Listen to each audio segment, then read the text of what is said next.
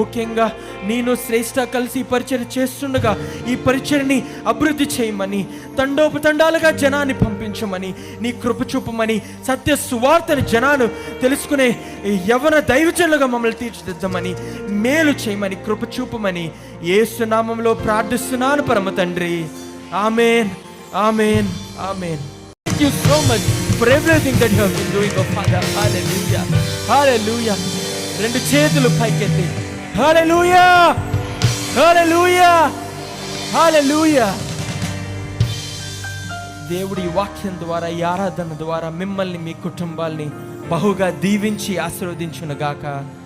ఆమేన్, ఆమేన్, ఆమేన్. ఇంకా ఈ మందిరం గురించి ప్రార్థించండి. ఇది చాలామంది లైవ్లో చూసి పెద్ద చర్చ్ అనుకుంటారు. ఇది అద్దెకి తెచ్చిన స్టేజ్, పైన షెడ్, చుట్టూరు బరకాలు, కింద మట్టి నేల. ఏదో ఈ లైట్లు, ఈ ఫ్లెక్స్ చూసి ఇదేదో పెద్ద ఎల్ఈడి స్క్రీన్, ఇక్కడ 200-300 లైట్లు ఉన్నాయి, పెద్ద పబ్లా ఉందని చాలామంది అనుకుంటున్నారు. ఇక్కడ ఉండే వాళ్ళకి తెలుస్తుంది ఇక్కడ ఎలా చెమటలు పడతాయి, ఎంత వేడిగా ఉంటుంది, ఎంత భారపూరితమైన పరిచయం మేము ఇక్కడ చేస్తున్నాం, ఇక్కడ కూర్చునే వాళ్ళకి మాత్రమే తెలుస్తుంది. కాబట్టి ఈ పరిచయం గురించి ప్రార్థించండి. ఎవరిని నేను ఎప్పుడు ఇక్కడ కానుకేమని అడగలేదు, ఎవరు ఈ పరిచయకి సాయం చేయమని అడగలేదు. నేను ఇప్పుడు కూడా నేను అడగాలనుకోవట్లేదు. కానీ మీరు కేవలం మీ ప్రార్థన ఒకటే ఈ పరిచర్య గురించి చేయండి. ఇప్పటి వరకు సాయం చేసి దీవించిన దేవుడు ఇంతకుముందు తీసుకువెళ్ళి దీవించడనే విశ్వాసంతో నేను ముందుకు సాగుతున్నాను కనుక ఇక్కడ అద్భుతమైన మందిరం కట్టబడాలని ప్రార్థించండి.